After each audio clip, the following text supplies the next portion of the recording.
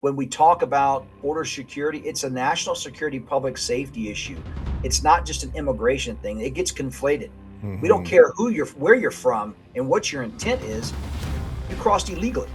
Yeah. If you go rob a bank today to pay your light bill, hey, I'm sorry you had to pay your light bill, but you still robbed a bank. And that's kind of where we have to look at this from the border situation.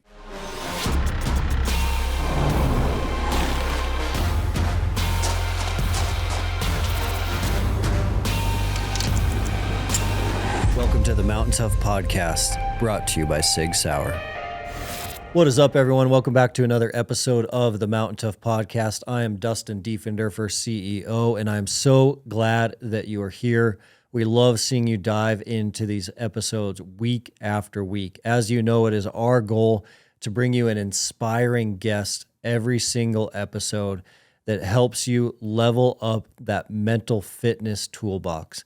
They help you add some mindset tools to that mental toughness so that you can pursue your goals, so that you can live that abundant, virtuous life. If you are a new or a loyal listener and you haven't done so already, it does mean the world to me to see your rankings and reviews come through. The rankings and reviews just take a few seconds in the podcast store of your choice, whether you do the ranking or type out a review. That does two major things that are incredible. The first thing is iron sharpens iron. So I love seeing your feedback come through on the show, on our guests, on how we can improve.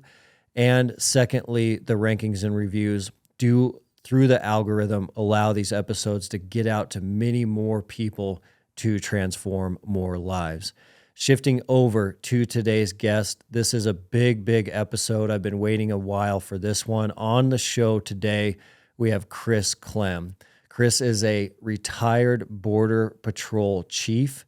He was there for 27 years, and we're going to dig into the mindset and the mental toughness it takes to be a Border Patrol agent, and we're going to dig into the current state of the border, what's going on there, from the trafficking involved around the kids, to the drugs, to the cartel, and how that is impacting the country. But a big focus, and he does a good job today of staying on track around the mindset he had on the job, running into gunfire day after day, tracking criminals by himself.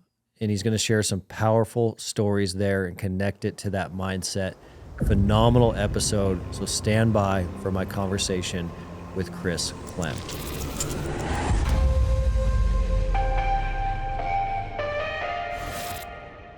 I did want to start with your career briefly, because I know it was a long one, and recently retired. Yeah. But how did you get into that, and how did it shift over the decades? Yeah. So I did 27 and a half years as a U.S. Border Patrol agent. I started in 1995, and it was kind of an interesting story. I was in college at Sam Houston State University. I was a criminal justice major. I really wanted to be a U.S. Marshal, because back then the remake of The Fugitive had just come out, and everybody that I knew wanted to be Tommy Lee Jones, man, blue jeans and a blazer, happy and handsome. I mean, that's what we wanted to do. But the marshals weren't hiring. And so I had set up, it's kind of interesting. I had set up an internship with the Texas Alcohol and Beverage Commission. I was going to be deputized for the summer, do my last 9 hours before I graduated. It was going to be great. It was going to be down at the beach in Victoria, Texas. And I was like, oh man, I was still, didn't have any grays then. So I was young enough to do some undercover work. This was going to be exciting. And I'd gone into my advisor's office, and the grad assistant had told me, hey, we just got this fax, from INS, Border Patrol's hiring. It's a federal job. You should look into it. And of course, this is 1995. Yeah. Early 95. We didn't have internet, so it was a facsimile. So we called a 1-800 number. And I made the basic qualifications, got a package, applied. And man, next thing you know, I'm getting a call from a background investigator, I get a job offer. And I got 9 hours left to graduate. I'm like, my parents are going to kill me. I put them through hell to go get out of school, and I can't quit now. So I crammed in 3 weeks of summer school to get my 9 hours, graduated, took my final exam. 3 days later, I was on a plane to El Paso, Texas, joining the Border Patrol. Had no idea what I was getting into. I'm from New Orleans, Louisiana. I grew up in Houston. I hunted and fished, but I was more of a city boy. Yeah. And I go out to the desert. There was more people in my high school when I graduated in Houston in '89 than there were in the entire county that I moved into in New Mexico. So talk about a culture shock. Yeah. But I fell in love with the job, especially as a young age. Everything was outdoors, and it was the boot heel of New Mexico. So I mean, right down the Continental Divide. It was arid, high desert, so it wasn't too terribly hot like it is in Arizona. Mm-hmm. But we were tracking people, tracking drug runners, and back then that was all marijuana back then. And I mean, it was such a great opportunity. It was a small station. There was only like 23 of us. Literally, there were times in my early career where there'd be one or two of us working an entire shift, covering the entire boot hill of New Mexico, which was 60 plus miles of north-south border and then east-west border. And to be back up would be 2 hours away, but we did it. And it kind of goes into that mental attitude was instilled from the academy all the way to the beginning of my job. Yeah. I wanted more. I had done a lot of bird hunting stuff growing up, so I was fond of working dogs. I became a detection dog handler, which was, at the end of the day, it was the best job ever. Just me and my dog out there tracking people and catching dope. Transferred promoted to a senior agent out in West Texas in Sierra Blanca.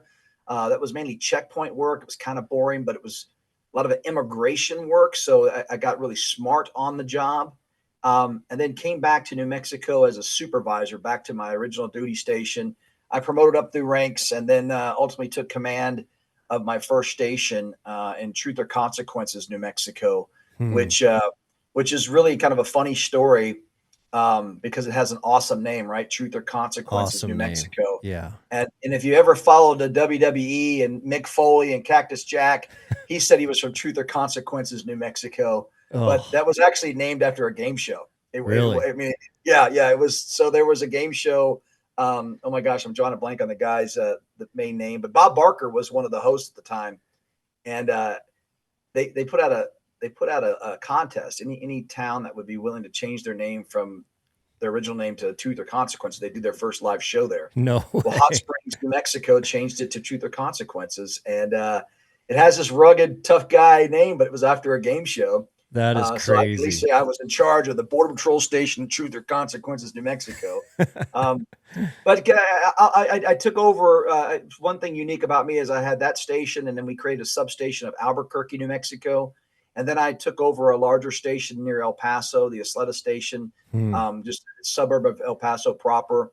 But we went from a dozen people in Truth or Consequences in Albuquerque to over 200 in Isleta. Then I went to Arizona in Casa Grande, and we had over 600 permanent agents assigned there. And ultimately, I commanded 4 Border Patrol stations in my career before I took over and became a sector leader. I went to headquarters in Washington for a few years. Now, let me tell you something. You have to have mental toughness to survive Washington, D.C. because you age in dog years. Half these gray hairs came for the 2.5 years in Washington, D.C. because boy, you want to choke slam people every day because of the nonsense. But I wanted to get out, went back to New Orleans. I went to New Orleans. I took a position as the deputy chief of the sector there.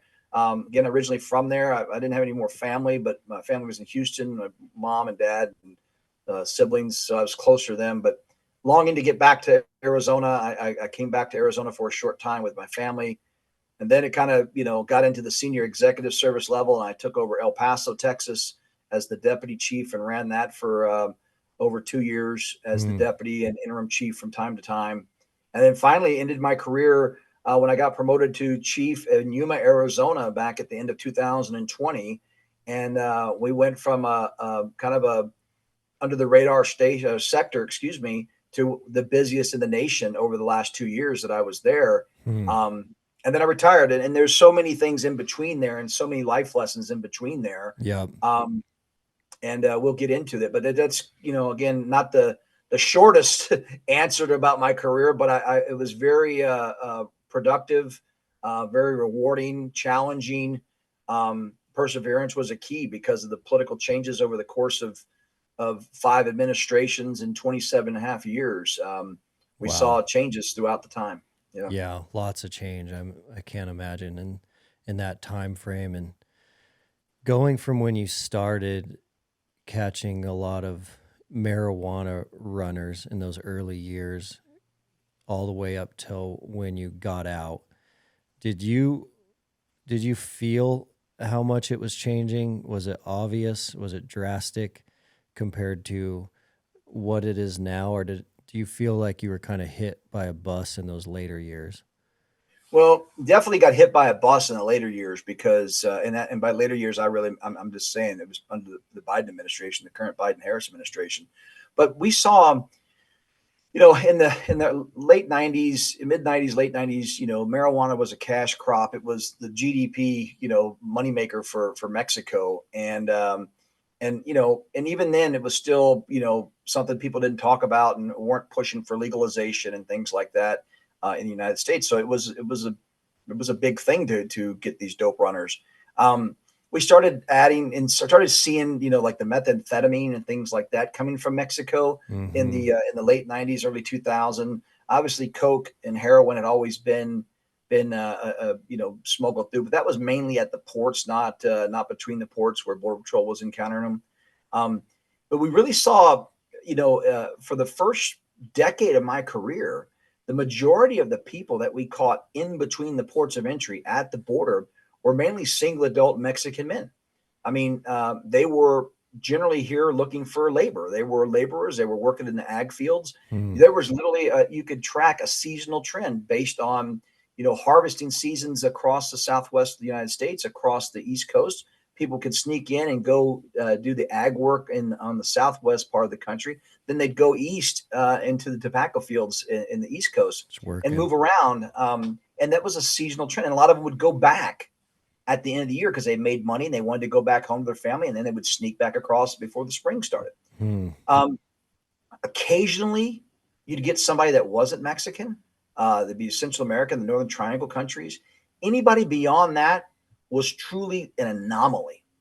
And we started noticing the shift and change in that I would say, the beginning of President Obama's second term. We started seeing a huge influx of Central Americans, a lot of family units, where we went from single adults to now we had moms and kids with dads, and then we had the huge influx of unaccompanied children. And that's when the enforcement system kind of caught up with the backlog of the immigration system and brought everything to a screeching halt. Yeah. And it hasn't slowed down, you know. And even to this day, I mean, I literally just flew back from Pennsylvania yesterday, speaking, and people still think this is a Mexican problem. And I'm like, Mm. Mexico is part of the problem, but the people aren't. We don't see a lot of that. That means they're still there coming Hmm. across, but not to the level that we see now. 177 different countries is I think the number from last year that came out under this administration that have been arrested for entering the United States illegally. My understanding is 177. 193 different countries and governments recognized in this world, and we've caught 177 people, or 170 of those represented countries, I guess. That's a huge change. Um, Yeah. and yeah, the majority of them are hemispheric, or Central America is not really a problem, but it's South America. We're getting so many from Venezuela and Brazil, and then you get them from all over the world. I mean, there are countries that when I would look at my report when I was chief, I'm like, I've never heard of this country before. And like, we didn't either, sir. It's a subset of a government. They were just recognized a year ago. I'm like, well, I didn't get the memo, but yeah, Man. I mean, literally had a passport from that country, and I can't even think of the name, but every former Soviet bloc country you can think of, we catch it. Every East Asian, Southeast Asia country, we catch them. It's that's where the story gets lost in the mainstream media that this is a Mexico problem. We don't want to cut off our neighbors to the south. It's like, well, yeah, Mexico's part of the problem because they're passing right through Mexico, Yeah. and they're being bribed through Mexico, and they're being smuggled and trafficked. Mm-hmm. And so we got to cooperate with Mexico, but it's not the Mexican people and the Mexican culture that's the problem. It's a lot of the corruption that's within, and it becomes a global phenomenon. And that just to kind of wrap this part up is that's where the mental mindset and the change occurs when you're used to going up. You're tracking a group of 20, and you think they're going to be Mexican nationals, and they're whiter than you, and they're from the Soviet Union or former Soviet bloc, and you're Yeah. like, okay, they've Yeah. got a nexus to terrorism. Who are these people? What's going on? Or they're from Afghanistan or Iraq. You're like, all right, well, are these terrorists or are they? Mm-hmm. Yeah, so that all changes your whole vibe there, man. I was wondering about that, just that mindset, because going from chasing down a dope dealer, especially in those early years, a marijuana dealer that might be a single male by himself, that has to be a lot different when you run into 10, 15 guys from a different nationality and you're not sure why they're there or what they're up to, the reasons behind that that mindset going after some of those groups had to be wild. Yeah, you definitely, you had. I look back to my kind of my earlier days when I did a lot of the tracking, in New Mexico and West Texas. You had your typical, agricultural trails. Like you knew they were heading to an area like Cotton City, New Mexico, because it was nothing but chili fields and produce fields. And so anybody on that trail was typically a worker. They may run from you and quail on you a little bit. But if you cave chase, they're just going to like, all right, because they know the drill. They're more than likely be back in Mexico by the end of the day, and they'd try to sneak back across. I mean, that was kind of the cat and mouse game. But Mm-hmm. when all of a sudden that trail turns out and you're going through the desert and you look up ahead and you see brush piles that, oh wait, that's a bundle that's been buried, and you see a reflection of an assault rifle, like, okay, this is an armed group of backpackers. So you went from, am I just going to arrest some chili pickers, Yeah. or I'm about to get into a shootout Yeah. because of that situation. So complacency was you could never allow yourself to have your guard down, and that keeps you at red line. And so that's that stress factor that our military soldiers and Marines and SEALs all know, that all our teams in law enforcement, special ops, they all get that. And the thing was with the Border Patrol that I always thought was a little bit different is you go from just walking because you're tracking a trail and you just trying to maintain your keep your hydration going. You're not overworking yourself, but you're moving. And then all of a sudden you look around, you're like, I'm 5 miles from the nearest cut road where somebody can get to me, and now I'm about to get into a fight. And you're by How is this going to yourself. work, right? So Yeah. yeah, so you got to live to fight another day, and you had to make good decisions, and yeah, you didn't want to be a hero because typically you got your weapon, your pistol, and your magazines. You're carrying about 33 rounds on you, and hey, someone's going with me. Yeah. If they want to, but if 8 or 9 guys wanted to jump you, I mean, that's a fight, Yeah. and it's survival, and the odds are against you. So let me just tell you, there was a lot of that. Back to that mental toughness. There was a lot of BS thrown out there too, where you walk in a group of you think is 20, and it's a layup spot, and there's over 150 people there, and you're Oh. by yourself. And this happened near Portal, New Mexico, Portal, Arizona, near Rodeo, New Mexico. I did that. It was a group of about 150 people. We brought in total that night about 130. So I don't know how many actually. I thought it was about 150, but the total head count was about 137. I think was the number. Jeez. I was by myself.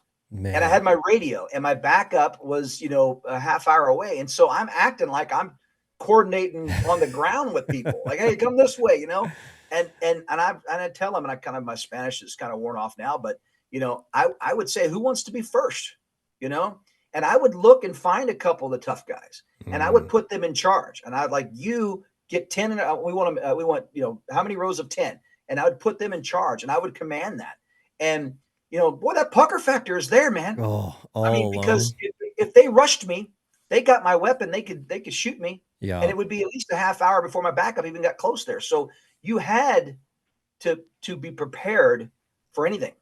And that scenario is not, I mean, that's real. And that played out many times where you're walking a group and next thing you know, it's what you see on the scope at night, 5 miles out, looks like a group of 15. And then when they get there, it's a group of 50. And like, now I'm stuck in the middle of a group of 50. And you know, I mean, Yeah. you had BS went a long way, you know, that was how you commanded that, you know, that officer presence was there. And, you know, and again, what you thought you were going after and what you ended up going after and encountering sometimes were completely opposite of what you expected that day. Yeah. And then there was the easy ones where like, you know, you got there and it was just a family of 4 that weren't running and it's like, this was an easy night, you know, Yeah. or, you know, for every of those tough guy scenarios and the hard ones and the ones like where you're like, phew, there was 100 more easy ones, you know, that just were docile and didn't want to fight and, you know, wasn't a problem, but it was out there.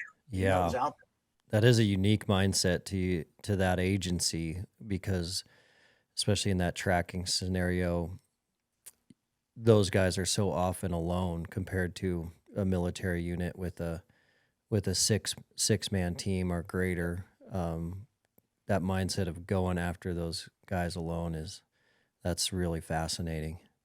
Yeah, well, you know, and you know, every scenario and the training mission and the actual deployment mission is different. You know, when a 6-man, you know, SEAL team is going in somewhere, they know who their threat is. They know that firefight is going to happen, that there are IEDs out there, there are, you know, rockets out there, all those things. We know that we don't know what we don't know, I guess, you know, is it going to be an armed group? And so it's a little bit different. You know, but I also am not comparing what I was doing to a SEAL team that doing a breaching in a you know, an Al Qaeda, you know, stronghold. That's different. Different. Yeah.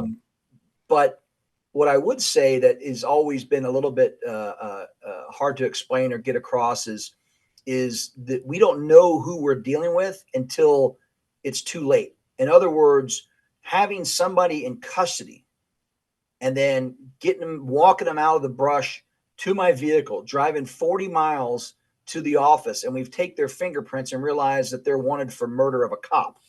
So this whole time, this guy I had to wrestle and fight, he would have been willing to kill me because he had that in his background. Or this person doesn't look like what he's claiming. You get back and he's got a hit on a terrorist database. And you're like, well, 3 guys got away when I caught this guy. What got away? So we go back out there and round these guys up and realize, you know, those were just the guys. Phew, we caught the bad guy. Yeah. I mean, that's just kind of where that whole mental attitude, you know, is, you know, it's all forged the same way through training and preparation. But our scenarios are, you know, we long for the boring days. And that's another thing that I try to tell younger agents is, and I think most people in law enforcement agree, boring days are good days. I mean, they're not fun because you're sitting there watching the clock tick, but that means you got home alive. That means you didn't get hurt. That means things were okay, that maybe your plan's working. It can make for a long day and it can be mentally exhausting.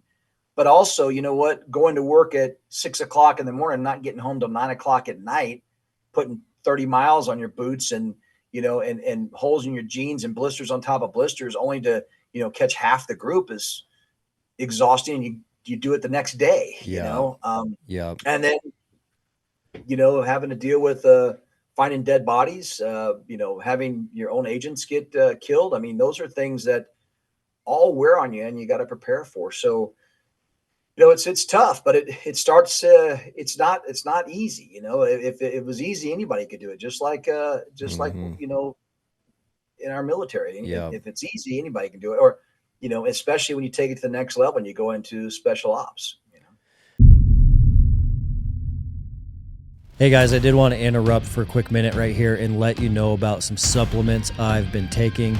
I did shy away from supplements for a long time. I was always cautious about what they were made out of, where they were from, and who the team was behind the brands. But over the last couple of years, I've got to meet the team at Mountain Ops from top to bottom, and they are an amazing group of humans. I've got to know the CEO, Trevor Farnes, really well, and he is a mission focused individual that cares about humans living a better quality of life so that they can have that abundant life. So over the last couple of years, he has helped me add some things that have changed the game for me. One of those things that I've added is creatine from Mountain Ops.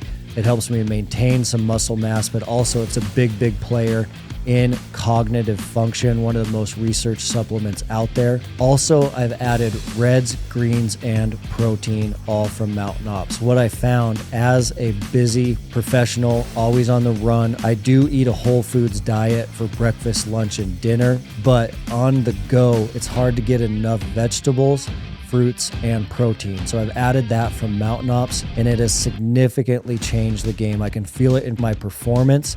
I haven't got sick for a long time, and I can certainly feel it in my mental clarity as well. The last thing I've added is the Mountain Tough Hydrate product for the backcountry, for hunting season. When I'm in the hills, I do run short on those electrolytes. We even have a Mountain Tough flavor, the Mountain Tough Lemon Lime Hydrate, and that is a game changer for hydration in the backcountry. So I keep it really simple. That is all I've added to my protocol, and it has certainly helped me, and I certainly believe in the team and the culture behind Mountain Ops.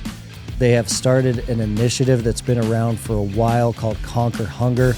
Conquer Hunger is giving meals to hungry kids that aren't getting enough food, and they've given out over 6 million meals plus to kids through their Conquer Hunger initiative. So every order that happens at Mountain Ops, a percentage of that order goes to Conquer Hunger.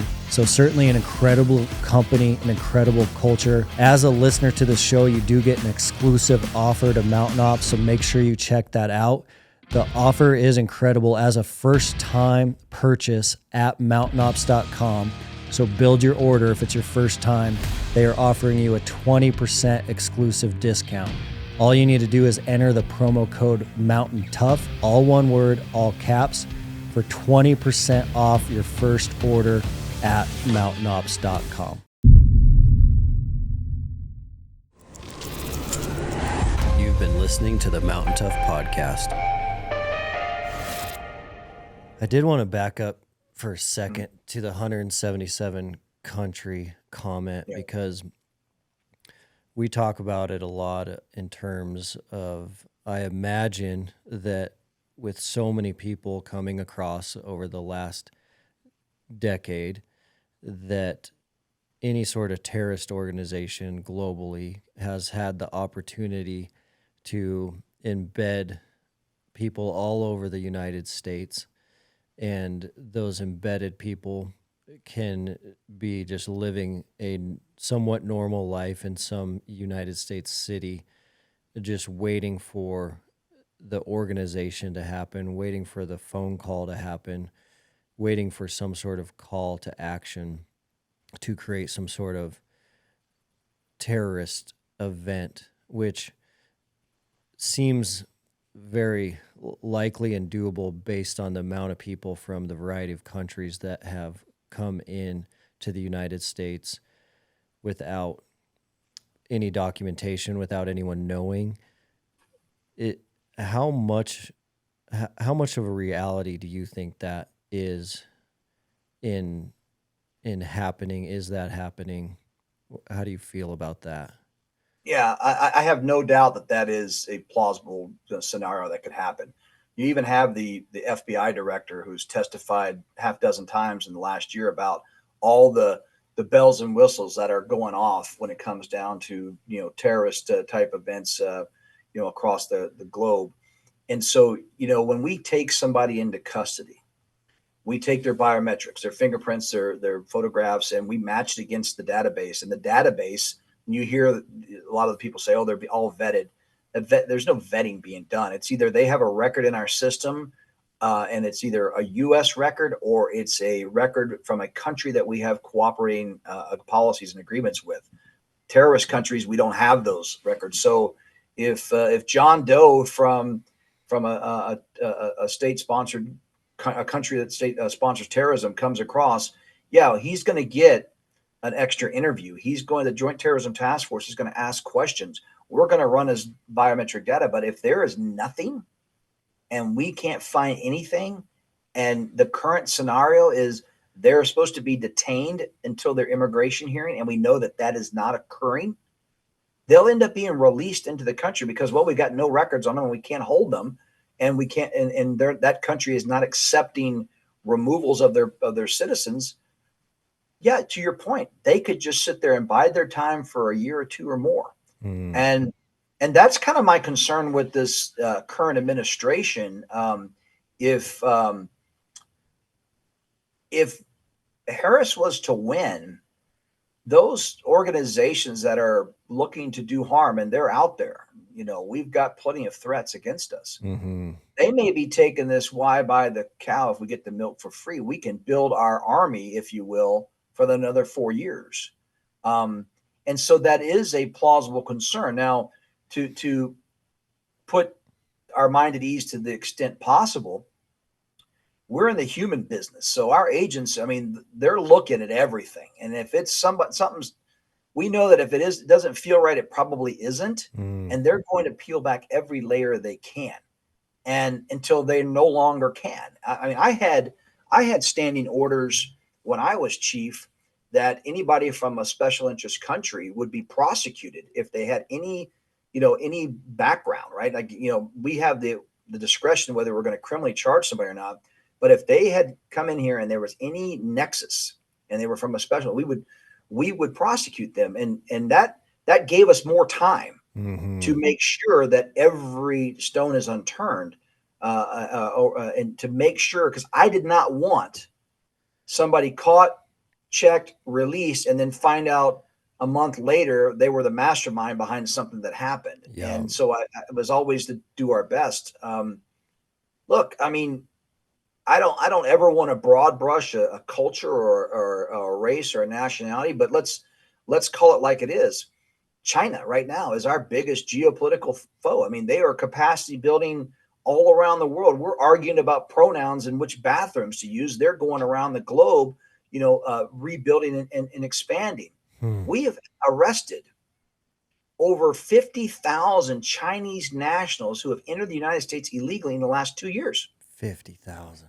Yeah. I mean, we went from 450 in 2022 to over 24,000 last year, and we've exceeded 24,000 already this year as of June. So we're already in September.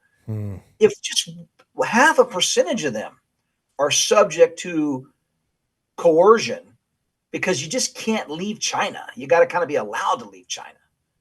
If just 0.5% of that would be willing to do something because they're coerced because of the way the communist Chinese government operates, that's a problem. And these people are been released and they're moving about the country. And we know that we've sold farmland to China and all. I mean, this is a problem, and it's not to cause panic, but it's to cause pause and let people realize that these policies and these things that are going on our border are actually creating a possible doomsday for us if we don't shut it down, make sure people only come in the right way, give the Border Patrol agents the resources they need to do their job so we can ultimately to protect our Americans. And I mean, and again, that's just one country. We know that they're coming from all over. Like I said, 177, I think, was the latest number. Yeah, and those numbers are just counting the people that have been caught, correct? That doesn't count the people that we've never caught. Yeah, the gotaways, right? So there's the Congressional Budget Office put out some numbers this spring. I was looking at a Senate hearing, and I think the number was just over 1.8 million gotaways under this current administration. And I mean, and so a gotaway is, when you cross the border, especially the southern border, there's three options. And the same applies to the northern border, I guess. But you either get caught, you get arrested, you turn back south, or in the northern border example, you'd go back north, or you get away. We either see you and we don't catch you. I run up a group of 20, I catch 10 quail on me, I never catch them. That's 10 gotaways. Yeah. We're tracking and we see footprints. We're driving along the border. We see a group of 10. We track it out a couple miles, never catch them. That's 10 gotaways. We see them on camera. We see them on a sensor. We never catch them. That's a gotaway. It's pretty good estimation based on the experience of the Border Patrol and the data we have. And then there's always that factor of what we don't know that we never got to check, never got out to a section of the border. But I'll also tell you this: the criminals we've caught just under this administration, over 52,000 criminal aliens compared to 15,000 under the Trump administration. So statistically speaking, if we've caught that many criminals, there's going to be that subset that's in that gotaways, right? Mm-hmm. Same thing with people on the terrorist database, 14 to compared to 378. So statistically speaking, there's going to be some of those in that gotaway. Yeah. And that's why when we talk about border security, it's a national security, public safety issue. It's not just an immigration thing. It gets conflated. Mm-hmm. We don't care where you're from and what your intent is. You crossed illegally. Yeah. If you go rob a bank today to pay your light bill, hey, I'm sorry you had to pay your light bill, but you still robbed a bank. Mm-hmm. And that's kind of where we have to look at this from the border situation. This is a national security threat. I mean, you know this. Our military handles things abroad. It is our domestic law enforcement that handles things here, in the United States, and it's our border patrol agents who are our front line of defense in peacetime, right there. I mean, obviously, we were in an act of war. Our military would do some different things, but they're mainly abroad. So it is our border patrol agents. So we have to look at this as not just an immigration issue, but a national security and public safety issue. And for anybody to argue otherwise, just look at the video that came out of Aurora, Colorado the other day. Those were illegal gang members from Venezuela who came in illegally, and some were caught and released, and some never got caught, and they showed up in these places. What part of public safety and security, are we missing? Yeah. Yeah, I'm curious your thoughts on if we were to fix our policies overnight, what are our odds of getting a lot of these criminals and sleeper cell type members deported back out of the United States? So even if we were to flip the table today and fix our policies and fix the border, is it possible to get those dangerous individuals out of the country? Yeah, and again, part of the show, right, is that it's the mental mindset. If we have the will, if the commander in chief or the president says we're going to do it, and he gets the right people, like I can tell you, a retired chief would come out to start doing it. Yeah. It is about where there's a will, there's a way. And it always starts with, we have to secure the border first. Let's finish what we started under the previous administration that was reversed under the Biden administration. We can get some data points on that if you'd like. And then we have to, this is where this is critical for all your audience, because all politics is local, whether it's your city council, your mayor, your county commissioners, your state reps. These sanctuary city and sanctuary state policies are, I don't dismiss that somewhere they started from a good heart. We just want to help people. I get that. Yep. But what we have seen play out all too often in the last few years is the same people that you want to protect are actually the ones that are being victimized and exploited by that scourge of criminal element that exploits people throughout the whole smuggling network, the trafficking networks. So when you say, oh, we want to, there are a lot of people out there that say, well, if people are concerned about being deported, they would never report crimes. Well, guess who's committing the crimes? The people that are not reporting it, or the people that know you're not going to do anything because they'll deport you. So they're being exploited. We're actually exacerbating the problem. We need to move from a sanctuary mindset to a cooperating mindset. And we need to make sure that law enforcement at the state and local level have all the tools to include access to our federal law enforcement. We need to make sure that our federal agencies, like run by the cabinet secretary, saying, no, we will go after anybody that has broken the law. And if the city of Aurora, Colorado calls and says, we've got 5 guys that are Venezuelan nationals, ICE needs to be right in there to swoop them up. Yeah. These are the things that need to happen. And just so we know, or people know, there are practices and policies and laws in place to help victims that are here illegally. So if you are a victim of a crime, there are ways that we can give you immigration status, even temporarily, and move towards a long term. If you are, number one, a victim, and we want to help you, but Trafficked. most importantly, if you are a witness, Hmm. if you are going to help get a prosecution, we are. This administration is abusing the parole program like none other, letting people come in 30,000 at a time just so they can make a claim. Why wouldn't we take that same energy and say this person witnessed a trafficking situation or an abuse situation of migrants? They're undocumented themselves, but they're willing to testify. If you're willing to put your neck on line to get a prosecution and support our justice system, I'd be willing to say, how can we help you? As long Hmm. as we get that bad guy in jail, he does his time, and then we can remove him from the country. So if we can move from these sanctuary mindsets to cooperating mindsets, and say, look, we're focusing on the criminals. We're focusing on the aggravated felons. We're focusing on the people that have been ordered removed, but that have escaped justice. We're not focusing on mom and pop who came in here 20 years ago and have just made a good life that just never took the next step. But we'd be willing to help you Hmm. if you're willing to cooperate with us. So I think we could. I think it's definitely doable, but we've got to put a band-aid on some of the bleeding heart, because we don't want to lose our empathy, and we don't want to lose being that beacon of hope for those that are truly persecuted and tortured. Yep. But we also should not allow people that don't have a right to be here to persecute and torture people here in the United States. And that's what ultimately happens with a lot of these sanctuary policies. I mean, I just don't believe that a lot of these policies came from a bad place. I think they came from, we want to help people, Yep. and then just like everything else, you give somebody an inch, the bad guys will take it a mile, and now we're seeing it play out all over the country. And I as much as I hate it, I think that's going to help people come November making their if they were on the fence and undecided about things, going, hey, you know what I saw in Aurora, what happened to Rachel Morin's family, to Lake and Riley, to Jocelyn, to all these people that have happened, in the last just a few months, that Hmm. shouldn't happen for people. We're not going to get rid of evil. We're going to try, right? We can crush it, Yep. but God gave us free will, and with that came evil. Yep. But when you have factors in this equation that don't even have the right to be here, that's a problem. Yeah.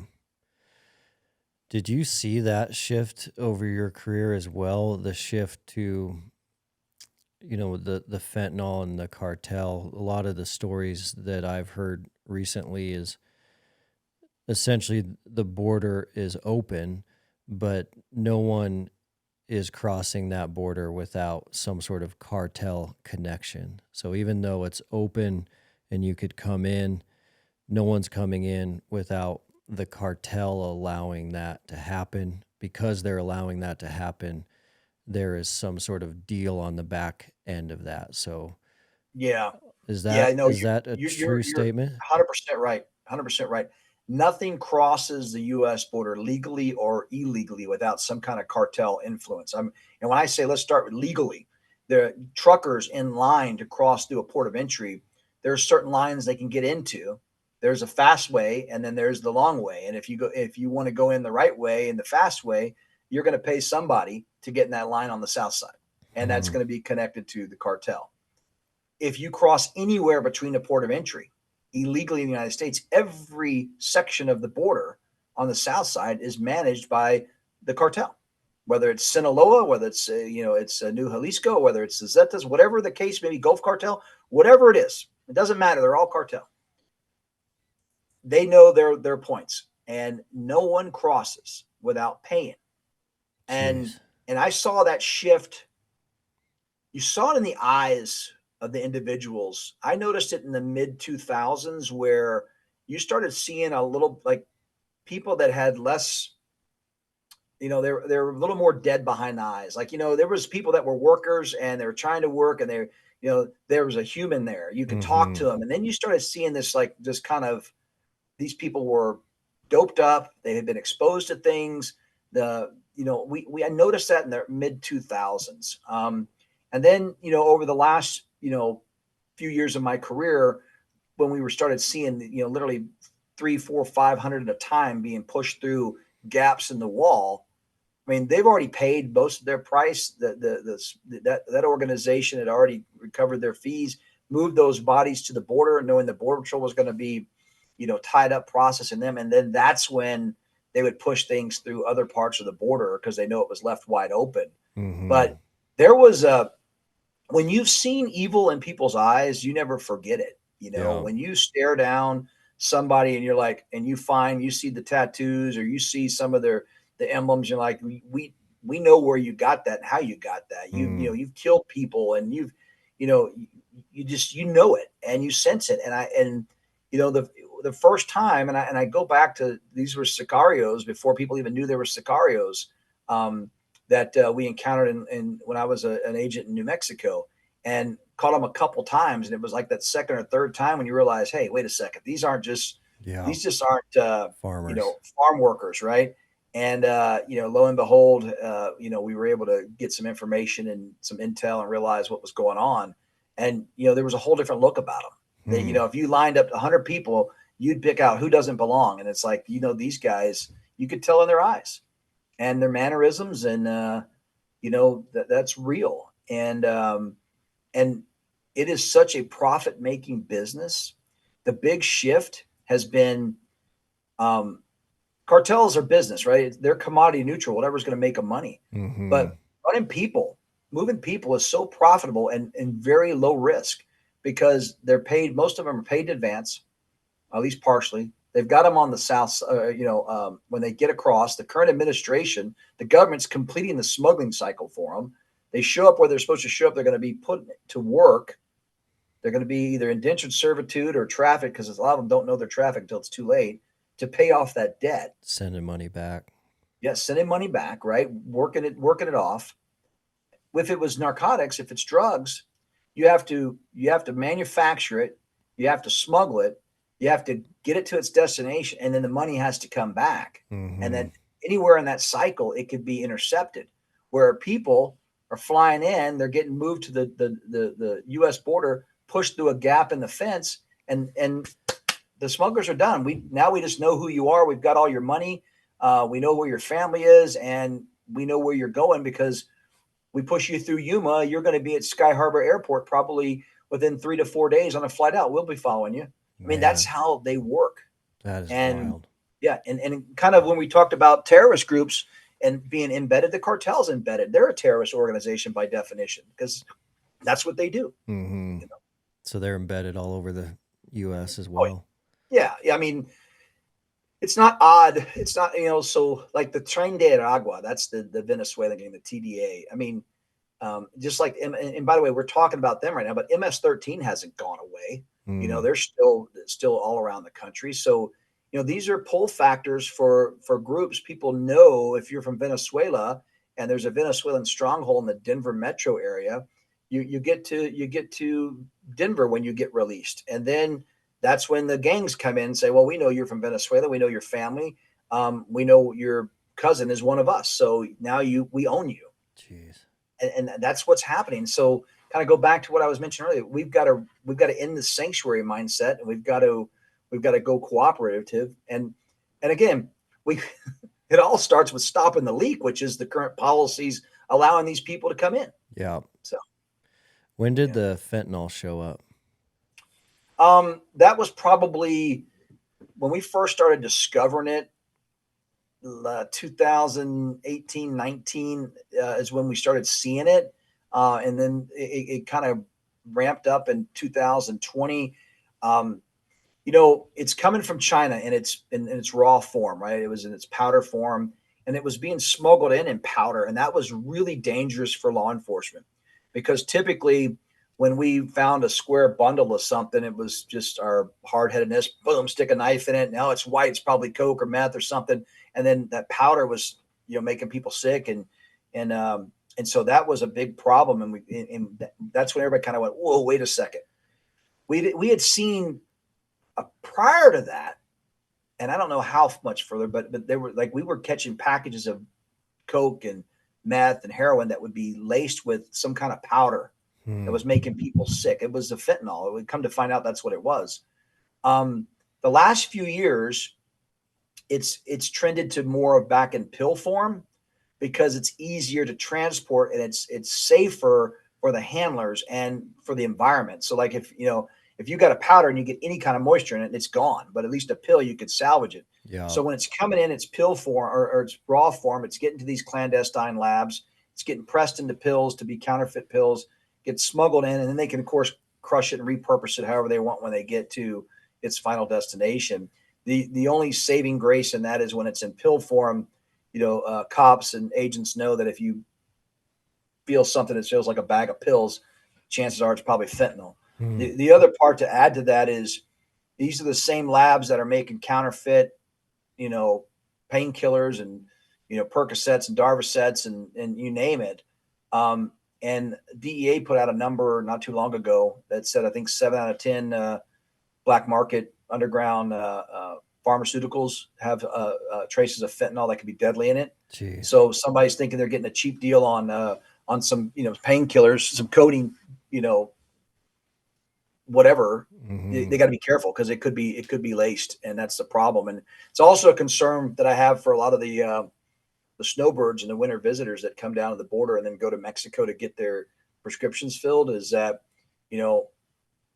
some of these pharmacies have good reputations down there, but, at some point there's always that risk. I sure would hate to see grandma and granddad going to Agadonas, Mexico, and getting a prescription refilled for blood pressure that was pressed in the same lab that somebody made some fentanyl pills on. So it's deadly, right? And it's coming from China. And again, there are, I think, almost 300 deaths a day from poisoning and opioid overdose in the country. Again, the fentanyl is poisoning because I don't think people are purposely taking it to kill themselves. They're being poisoned by this. That's a plane crash a day. Jeez. If we were having a plane crash a day, we would shut down the airline industry and get it right before we flew again. But we're not doing anything about this in the fentanyl. And I live in Arizona, and we've got plenty of those people, especially in the Phoenix area. You just see them, and they're wiped out. We've got an issue with that, and it's a big concern because even the rite of passage for our teens, kids. I told my kids growing up, and of course they're older now, but I'm like, you can't even just enjoy life and sneak a hit off something, you can't accept a beer from somebody, or if a friend said, oh, hey, Joey just brought these great gummies, they're supposedly awesome, and you think you're going to take it, it could be counterfeit and laced with fentanyl, and you're dead. So you can't even enjoy life anymore. And I'm not advocating that, believe me, but I'm also real. And I know how I grew up and what was going on in my world growing up in the big city, that was just part of a rite of passage. Yep. High school parents parties. are gone, so they don't hear this anymore. But I mean, you just did things, right? I mean, and of course, my dad knew the way I parked my truck at night if I'd been out drinking, and I usually made me get up early and do work, and I regretted it every day. But that's the part that we have as parents and a responsibility as community leaders to make sure that we end this kind of crisis. And again, we're never going to get rid of evil because of the free will that God gave us. People are going to do bad things. But if we can mitigate it through enforcement and a combination of enforcement and education, we can save some lives. And that's the whole key, because it all comes back down to we got to secure the border. We got to harden our ports. We have to give the resources so we can live the American dream and not be fearful of people and things out there. At least not be aware, but not fearful of it. And right now, it's too much fear out there that we got to get this fixed, and it starts with the border. Mountain Tough is the fitness app trusted by the dedicated. Mountain Tough ethos is backed by, we've always wanted to be the best in the world at helping our customers become more mentally tough. So inside the Mountain Tough app, you're not only going to find all of our physical training programs, but you're going to find additional training as well so that you can stay sharp physically, mentally, spiritually, and nutritionally.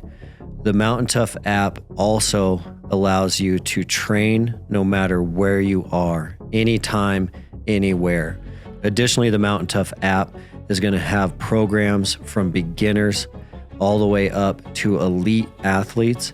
And all of our programming is structured in a way that you can start with no gear at body weight, and you can go all the way up to programming that is full gear. So you can do that in a robust home gym or your local gym. There's no excuse for you not to start today. With Mountain Tough, you can conquer your goals with the ideal program for your lifestyle and schedule. Train with equipment or just your body weight on your phone, tablet, TV, or web browser. Most importantly, Mountain Tough will help you train your mindset so you are always ready for anything life throws your way. Mountain Tough is offering the Mountain Tough podcast listeners an incredible offer. 6 weeks free on the Mountain Tough app. All you need to do is use the code MTNPOD to redeem your 6 weeks of training. That'll be a 14-day free trial plus a whole additional 4 weeks of training. Just go to mountaintough.com and enter code MTNPOD for your 6 weeks free on the best-in-class physical and mental training app.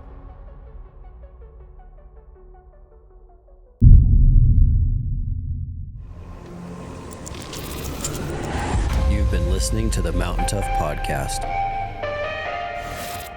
Yeah, and I want to keep us tight on schedule, and we're getting close, but in some closing thoughts, I wanted to make sure we had a little bit of time to talk about the kids that are victims of this whole scenario. And some of those statistics coming out are mind-blowing to me.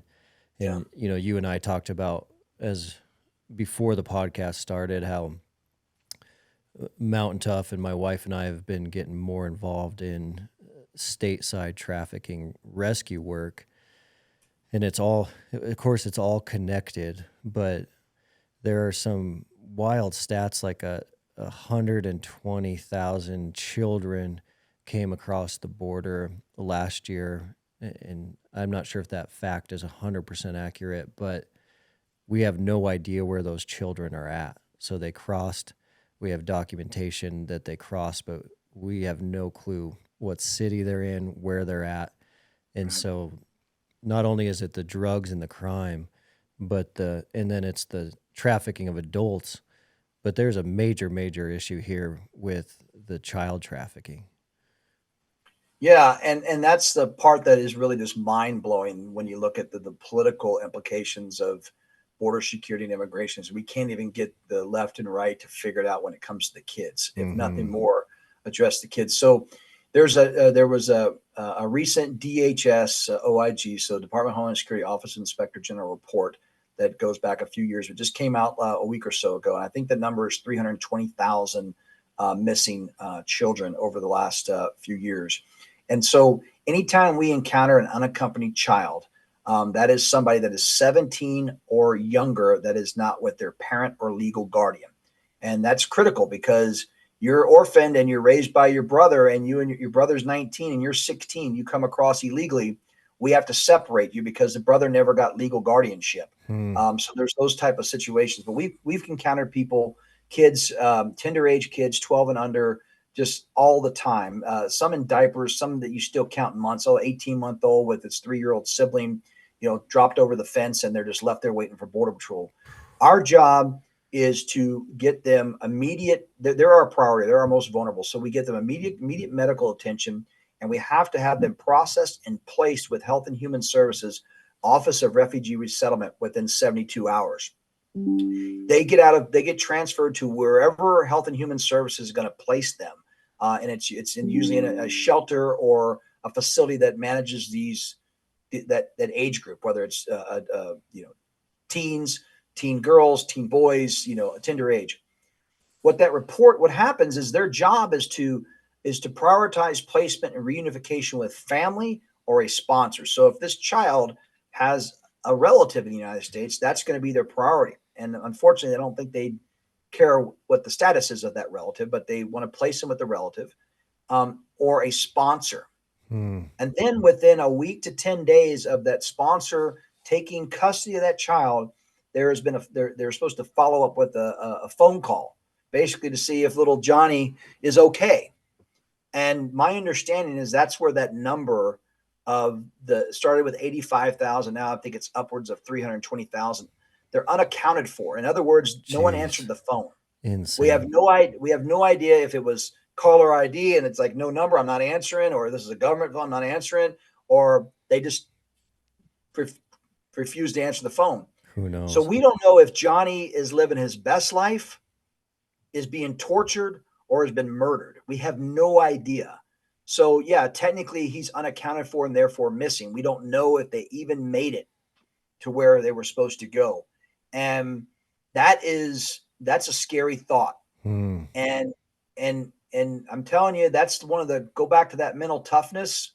You get very jaded in this job because you see and you know that by policies, this kid's gonna the safest that kid's been at that point has been in border patrol custody. Yeah. Soon And as you he's see out. agents actually holding them and playing ball with them while they're waiting because we have no idea because we work for the government. We know that the lowest bidder may be the one making that phone call and saying, "Oh yeah, well, come get him," Hmm. and that's frustrating. I want to be optimist. I want to be optimistic, I guess, and hope that these are just people that just I'm not answering the government's phone call. Um, but I'm also been there, done that, and got the Realistic. battle scars, and I know that um, we've completed that smuggling cycle. And a lot of these kids are at least probably a even again 1 to 5 to 10% of them of that. If that's 32,000 kids that were murdered or are being raped and tortured right now, that's a problem. That's a problem for America, and that's definitely Yeah. something that we've got to stand strong on. Yeah. Especially a bipartisan. Like no one should argue over that. Those kids are either murdered or it's labor trafficking or sex trafficking. And certainly some aren't answering the phone, but not 320,000 aren't answering Yeah, the phone. you're right, right, and I mean that again. I think we could talk a whole other day on all the what ifs and how do we could fix this. But I would tell you that it's a message my wife has always. She's a lifelong administrator and she deals with. She's a special education director, so she's dealt with vulnerable children and populations her whole adult life career. Is clear is kind, and we need to send a very clear message of how you get to the United States, how you can receive benefits in the United States, and how you cannot, and what is right and what is wrong. And if you qualify, we want to find a pathway to welcome you here if you're willing to do right by this country. But if not, we're going to send a very a clear message, which is very kind too. You cannot come in this way. Do not put yourself in harm's way. Do not put your families in harm's way. And I'm sorry that you have to apply and wait until you get an answer from us before you come to the United States. But to Mm. me, managing those expectations through a very clear and concise and transparent pathway is much better than this convoluted nonsense that's saying, hey, everybody should come in and have a bite at the apple. And that just is causing exploitation and causing the problem of why we have over 10 million people that have come in illegally in the United States in the last 3.5 years. Yep. Why we have 1.8 million people that known gotaways. Why we have 320,000 missing children in this country that came in illegally. We hadn't even touched about the missing indigenous Native American women and kids. I mean, Mm. and I grew up in the milk carton era where people were on missing on milk cartons and mail and post offices. You don't even hear about that anymore. No, can't even We were get only to that. talking about transnational situations. We still have people that are trafficked within our own neighborhoods by our own U.S. families. This is a problem, and it's we've got to get it right, man. We've got to get it right. Well, I know we're out of time. In closing, I guess last closing thought, but how, talking about mindset and mental toughness, how is the mindset of the agents right now that are still fighting the good fight through all these pretty bizarre policies? Well, I would tell you this that Border Patrol agents, we've always kind of said we ride to the sound of gunfire. We are a resilient, tough group. We were trained from the academy day one that we were doing this on our own. Backup and a partner was a luxury. So we've always kind of had that attitude, and that's what's kept us going for the longest time. Um, but we're also human. And, we have external stresses as well as the internal stresses. And that's always been the concern that I've noticed over the last few years, especially we go from administration, like a President Trump administration that championed Border Patrol and called us heroes, to a Biden Harris that has vilified and demonized us and then told lies about us. I mean, we are human. You take that badge off and there's a heart there. So the morale has definitely hit all-time lows over the last few years. I spent a lot of time focusing on the resilience and mental health piece, bringing in athletes and people from other venues to come in and thank the agents for what they're doing, and just really giving them tools to say, we have to continue to do this. We really, like make them, the buzzword or the acronym STAMA. Anytime we got a situation going, I want them to stop, think, act, manage, or assess, manage, and act. Stop, think, assess, manage, and act. Don't just run into something, because I need to make sure that did you get a good night's sleep last night? Did you hydrate? Did you eat? When was the last time you had some water before you go respond to that sensor? I want them to be mentally strong and tough and prepared, because there's so many distractions going on both at work and in our private lives, that when they cross over and you feel like you're losing a purpose or a sense of purpose when you're mission driven individual and you're having problems at home, and then the policies and the work stuff is starting to add up. We had a rash of suicides. We did hit high numbers of suicides. We've hired suicidologists to try to work on the behavior side of it, but that takes time. So I really told our guys to focus on the task at hand, take care of themselves. We can have the best peer support program in the world, but the best peer is your partner sitting right next to you. Talk to them. We have to get the job done. We have to roll up our sleeves and get dirty, but it's okay now to talk about what's driving this and what's driving your problems, or, because I need you to come to work, but I need you to be healthy. And we've invested a lot of time, money, and energy to not only just the agents, but their family, because it's always not the agent. It could be their kid in school is having problems that's causing problems at home. So, we've looked at that. And again, anything, whether it's military or law enforcement, you have to have that competitive edge. You have to have that blade sharp at all times. But, and that's kind of where I always focus on: mission, people, and self. That was what it was all about. But at the same time, it's okay to talk about it and get the help you need. If you need to take some time off, let's do it. One of the things that we did, and I'll close up with this, is the last few years, we started really investing in like our physical fitness and our physical health initiatives. We're one of the few agencies, which is crazy, that you have a physical fitness standard to graduate the academy, but we never measure that the rest of your career. So you can be in the best shape of your life when you graduate. You can gain 300 pounds a year later, and we never hold you to that standard. I mean, you wouldn't survive very long walking in the desert and doing that. But we give the agents now, they have a 1 hour a day. Started with 3 hours a week to now it's 1 hour a day on duty to make sure that they're exercising. That's amazing. And getting some kind of physical activity, because especially when you're spending days processing, you're sitting behind a desk all day. You know what? Get into the CrossFit box at the gym, at the sector, go out there, and that's really really helped them overcome some of the morale issues, and keeps them sharp, because we know and we pray that there's going to be things done correctly on this election, and we get the right people in charge so they can go back out there and do the job that they planned on doing. But we didn't want to lose focus, and I couldn't change policies, but I could change where I put my money, and we invested it back in the workforce, and all the other sectors kind of were doing the same thing. So I feel very confident that our men and women are doing a good job in maintaining and surviving this current situation. We still have some people that have unfortunately taken their own lives, but we're a resilient bunch, and we continue to drive that mental mindset because we want to come home at the end of the day, and that's the goal. Man, I love that. I love the the physical, mental, that holistic training is what we're all about too, and it definitely makes a difference. It's one brick in your day. That workout, it's not everything, but it's one brick that can keep you on that right track mentally.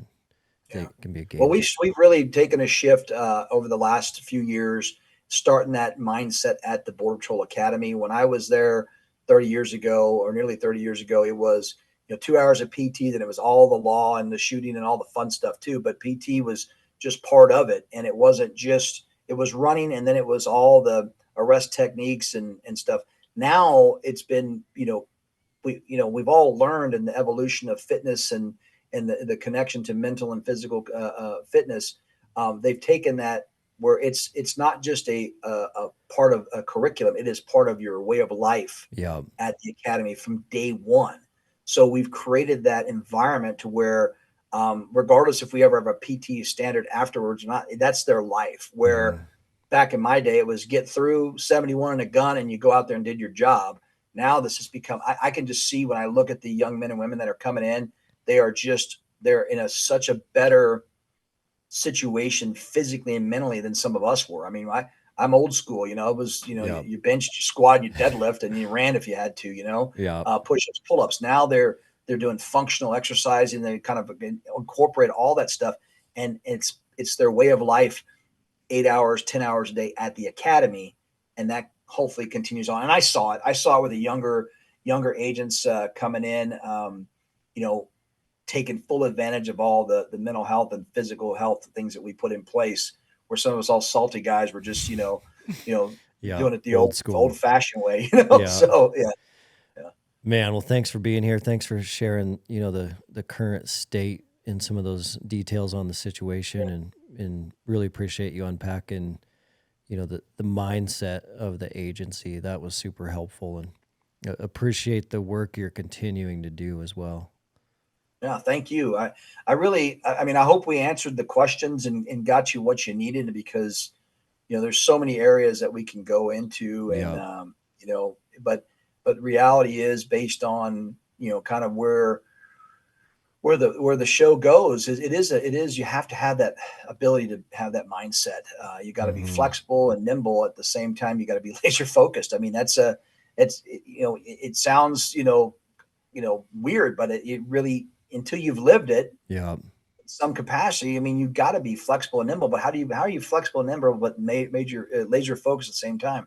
Yeah. you know It's Never unique. lose sight of the goal. The goal is to protect America, and that's what I tell people: protect yourself, protect America. When you have political heads out there and mainstream media that are bastardizing and vilifying and demonizing law enforcement, our military and our law enforcement are all recruiting from the same pond now, and it's getting smaller and smaller. Hmm. We don't want we want the best of the best applying for these positions, because when you're at your worst and you're calling 911, or one of these groups that we've talked about, Yeah. decide to get organized and do something, you don't want somebody that just met the mark. You want the You want best. somebody that left a mark. You want the person that has got the mental mindset to do this job. If I have to call 911, I want my best EMS and cops showing up.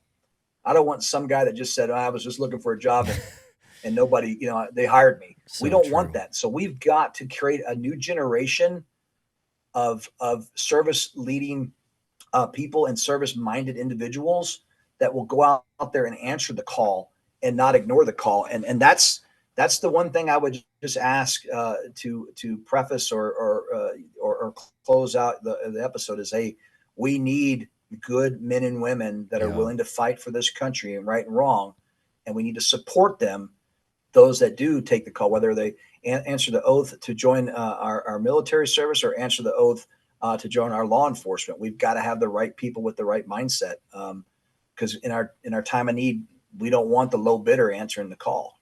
Yeah. So I couldn't yeah, agree more. And that's the family unit, the yeah, father. It's, everything. This whole puzzle is connected yeah, in that next generation coming into these organizations strong, and the stronger they are, the better the country is.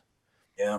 Well, I tell people, I was telling an older group the other day that was at some place I was talking to. I was like, you need to pick up the phone and call your grandkids and your niece and nephews if they're voting age, and give them sage advice about, look, hey man, if you want to call yourself a cat and have blue hair and whatever, that's fine. But if you do not if we do not have a country that's based on the foundation of our Constitution, if we don't have a republic, if we continue to go down a slippery slope to where they are censoring, if you don't think that you're going to be censored, if you don't think that your rights are going to be chipped away because of some nefarious plan, you're fooling yourself. Yeah. And again, I don't. What consenting adults do behind closed doors is none of my business. But we're not going to have that if we allow people to come into this country and influence and strip away our own rights, and we allow politicians to be complicit and complacent with that because they're garnering votes. And Yeah. we've got to get it right, man. It is a concern. It's crazy. Yeah. Yeah. But that's why I'm grateful for people like you that have these shows and have the organization that gets the right people together collectively, because it gives me hope that when I see people that are like, hey, there's a lot of us out there. We're a silent majority, and that's the thing. And we've got to be a little bit more present and more vocal. And that's, to me, is because that'll give the ones that are normally speaking out the confidence to speak out. Yeah. Political things aside, nobody thinks twice about wearing a "I'm with her" or Harris shirt right now. I wouldn't say anything to anybody. I may give them a funny look, but if I was to wear a 47 or MAGA hat or something like that, people would have no problem bashing me. Yeah. And we got to be, and of course I welcome it. Come on, Mhm. but and I'm not here to endorse or denounce. I'm just saying it can't be one-sided. Yeah. And we've got to be able to talk about this in a way that looks out for the best interests of America and people. So, and again, I come from, my wheelhouse is the border security side of it, and I see it playing out, and I'm like, if they're willing to do this now, what are they willing to do if they had complete control for the next 4 years? And that's fundamentally changing the United States. And that wasn't just a political speech in 2018. That was a plan, and people ignored it. And now we're going, whoa, what's going on here? And wow. Again, I'll keep my, I'll again, I can go on forever on this. I literally, we could have done an 8-hour podcast, man. And I get long-winded. I get it, but it's just important, because there's so much out there that's in this brain and experience that want to share. But we'll appreciate. I appreciate. Now, thank you very much for having me on, Dustin. And just this was a great opportunity. And I know there's so much to say. And I know I've kind of bounced around a little bit, but if we can, that was great. Follow up, let me know. Yeah, so, cool. Awesome. Well, thank you. Appreciate it. Have a good day.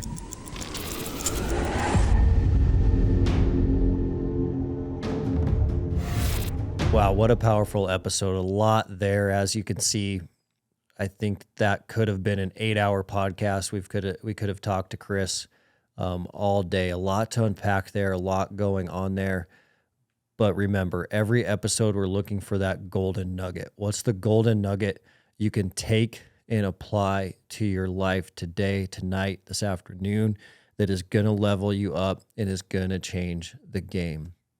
The big golden nugget for me on that one was when he discussed what the current Border Patrol agents are doing and how they're doing that hour of PT on a functional fitness trajectory every single day. And he talked about how, suicide is a real thing. Suicide is going to ramp up under this stress, under these policies, under this negativity.